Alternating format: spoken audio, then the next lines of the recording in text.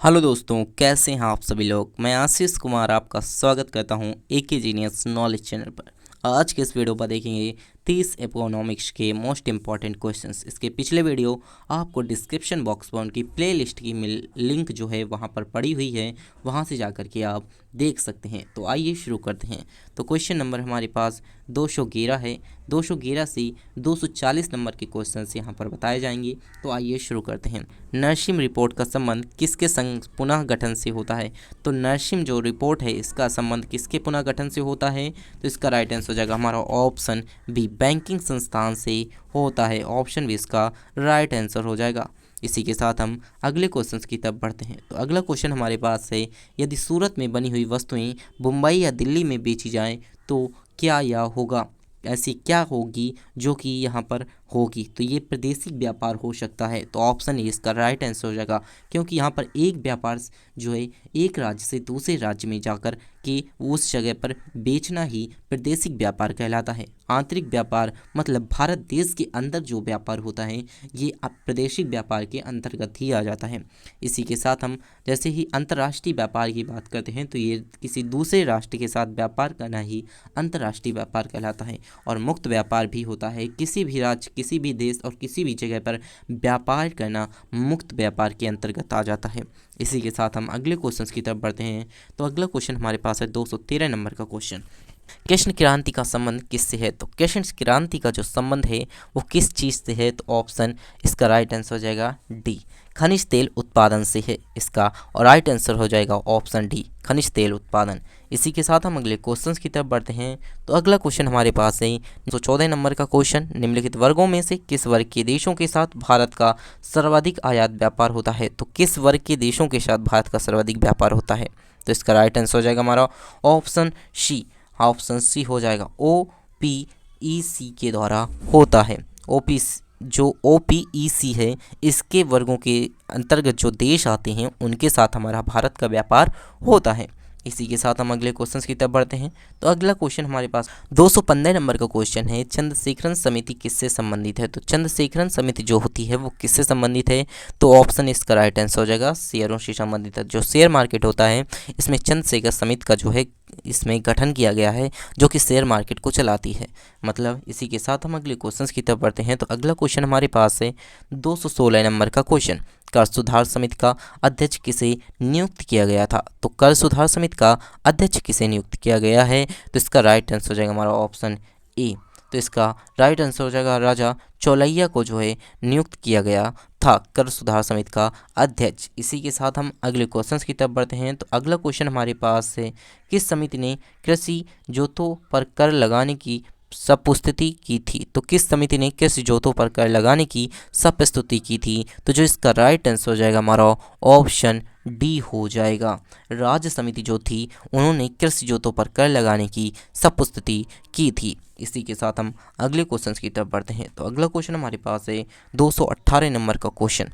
केंद्र एवं राज्य के बीच वित्तीय विवादों एवं निपटारों हेतु मुख्य एजेंसियां कौन कौन सी कार्य कर रही हैं। तो केंद्र एवं राज्य के बीच जो वित्तीय विवादों और निपटारों के लिए कौन कौन सी एजेंसियां काम कर रही हैं। तो इसका जो राइट आंसर हो जाएगा हमारा ऑप्शन बी, वित्त आयोग, जो कि इन दोनों के बीच वित्तीय विवादों के लिए जो है निपटारे हेतु मुख्य एजेंसियां काम कर रही हैं। इसी के साथ हम अगले क्वेश्चन की तरफ बढ़ते हैं। तो अगला क्वेश्चन हमारे पास है, देश में चीनी मिलों का सर्वाधिक संख्या किस राज्य में है। तो देश में चीनी मिल सर्वाधिक किस राज्य में होते हैं। तो इसका जो राइट आंसर हो जाएगा ऑप्शन सी, महाराष्ट्र में चीनी मिल जो कि सर्वाधिक संख्या में एक ऐसा राज्य है जहां पर सर्वाधिक संख्या में चीनी मिलों की संख्या है। इसी के साथ हम अगले क्वेश्चन की तरफ बढ़ते हैं। तो अगला क्वेश्चन हमारे पास है क्वेश्चन नंबर 220 है, भारत में निम्नलिखित में से किस व्यापार का बिजली का उत्पादन सर्वाधिक होता है। तो किस प्रकार की बिजली का उत्पादन सर्वाधिक होता है। तो यहाँ पर इसका जो राइट आंसर हो जाएगा हमारा ऑप्शन ए, तापीय बिजली का जो है सर्वाधिक उत्पादन होता है। कहाँ पर, भारत पर होता है। इसी के साथ हम अगले क्वेश्चन की तरफ बढ़ते हैं। तो अगला क्वेश्चन हमारे पास है, भारत में वाणिज्य ऊर्जा का कितना % पूर्ति जो है कोयले से होती है। तो कोयले से कितने % की पूर्ति होती है वाणिज्य ऊर्जा में। तो जो इसका राइट आंसर हो जाएगा हमारा ऑप्शन सी हो जाएगा। मतलब 67% जो कि भारत में वाणिज्य ऊर्जा पर कोयले की पूर्ति करता है। इसी के साथ हम अगला क्वेश्चन की तरफ बढ़ते हैं। तो अगला क्वेश्चन हमारे पास है, भारत में बेरोजगारों की किस्म पाई जाती है। तो भारत में किस प्रकार के बेरोजगार रहते हैं? तो जिसका राइट आंसर हो जाएगा हमारा ऑप्शन डी हो जाएगा। चक्रीय बेरोजगार, ग्रामीण अल्प रोजगार तथा संरचनात्मक बेरोजगारी, ये सभी बेरोजगार के ही किस्म होते हैं। तो ऑप्शन डी इसका राइट आंसर हो जाएगा। इसी के साथ हम अगले क्वेश्चन की तरफ बढ़ते हैं। तो कृषि में मूलतः किस प्रकार की बेरोजगारी की प्रधानता देखने को मिलती है? तो किस प्रकार की बेरोजगारी की प्रधानता देखने को मिलती है कृषि में? तो किस प्रकार की कृषि जो होती है वो किस प्रकार की बेरोजगारी है? तो जो इसका राइट आंसर हो जाएगा हमारा ऑप्शन बी, अदृश्य बेरोजगारी है, जो किसी को दिखाई नहीं देती और वो बेरोजगारी ही होती है। मतलब कृषि करना कौन नहीं चाहता? कृषि करना कोई नहीं चाहता है आजकल के समय में। वो मतलब एक तरह से बेरोजगार ही है, कर रहा है काम अपने जीवन के लिए, तो मतलब वो अदृश्य बेरोजगारी के अंतर्गत आ जाती है। इसी के साथ हम अगले क्वेश्चन की तरफ बढ़ लेते हैं। तो अगला क्वेश्चन हमारे पास है, भारत में ग्रामीण क्षेत्रों में से कौन सी बेरोजगारी सर्वाधिक पाई जाती है? तो भारत में से जो ग्रामीण क्षेत्र हैं वहाँ पर किस में सर्वाधिक बेरोजगारी पाई जाती है? तो ये क्वेश्चन ऐसा पूछ रहा है, तो यहाँ पर क्वेश्चंस के ऑप्शन दिए होंगे तो आप निकाल लेंगे। तो इसका जो राइट आंसर हो जाएगा हमारा ऑप्शन सी हो जाएगा। उपयुक्त तो दोनों, मतलब मौसमी बेरोजगारी और अदृश्य बेरोजगारी। अदृश्य बेरोजगारी में कृषि आ जाती है और मौसमी बेरोजगारी वो होती है कि जैसे किसी मौसम में जहाँ पर बेरोजगारी, जहाँ पर काम होता है तो कुछ बेरोजगार यहाँ से उधर की ओर पलायन कर जाते हैं, तो ये मौसमी बेरोजगारी होती है। तो इसी के साथ हम अगले क्वेश्चन की तरफ बढ़ते हैं। तो अगला क्वेश्चन हमारे पास है 225 नंबर का क्वेश्चन। 225 नंबर का क्वेश्चन हमारे पास है, वर्तमान समय में देश में किस प्रकार की बेरोजगारी की समस्या बहुत गंभीर बनी हुई है? तो वर्तमान समय में किस प्रकार की बेरोजगारी अपने देश में छाई हुई है? तो किस प्रकार की बेरोजगारी है? तो जो इसका राइट आंसर हो जाएगा हमारा ऑप्शन सी हो जाएगा, शिक्षित बेरोजगारी। मतलब यहाँ पर शिक्षा का जो है स्तर बहुत है, लेकिन यहाँ पर जो शिक्षित व्यक्ति हैं उन्हें बेरोजगार नहीं मिल पाता। मतलब जो जिन्होंने एमए, बीएससी, बीए, बीकॉम कर रखा है और उन्हें बेरोजगार हैं, तो वही लोग शिक्षित बेरोजगारी के अंतर्गत आ जाते हैं। इसी के साथ हम अगले क्वेश्चन की तरफ बढ़ते हैं। तो अगला क्वेश्चन हमारे पास है, भारत में बेरोजगारी का स्वरूप नहीं है। तो भारत में जो बेरोजगारी का है वो कौन सा स्वरूप नहीं है? तो इसका जो राइट आंसर हो जाएगा हमारा ऑप्शन सी हो जाएगा, चक्रीय बेरोजगारी, जो कि भारत में नहीं है। इसी के साथ हम अगला देखते हैं। तो अगला क्वेश्चन हमारे पास है, संरचनात्मक बेरोजगारी का क्या कारण हो सकता है? तो जो संरचनात्मक बेरोजगारी है उसका क्या कारण हो सकता है? तो बेरोजगारी के विषय में यहाँ पर अपर्याप्त उत्पादन क्षमता, मतलब यहाँ पर एक उत्पादन जो हो रहा है वो अपर्याप्त मात्रा में हो रहा है, तो मतलब यहाँ पर संरचनात्मक बेरोजगारी तो आना निश्चित है। इसी के साथ हम अगले क्वेश्चन की तरफ बढ़ते हैं। तो अगला क्वेश्चन हमारे पास है 228 नंबर का क्वेश्चन। 228 नंबर का क्वेश्चन है, निम्नलिखित में से कौन सा मानव विकास सूचकांक में शामिल नहीं है? तो कौन सा जो है मानव विकास सूचकांक में शामिल नहीं है?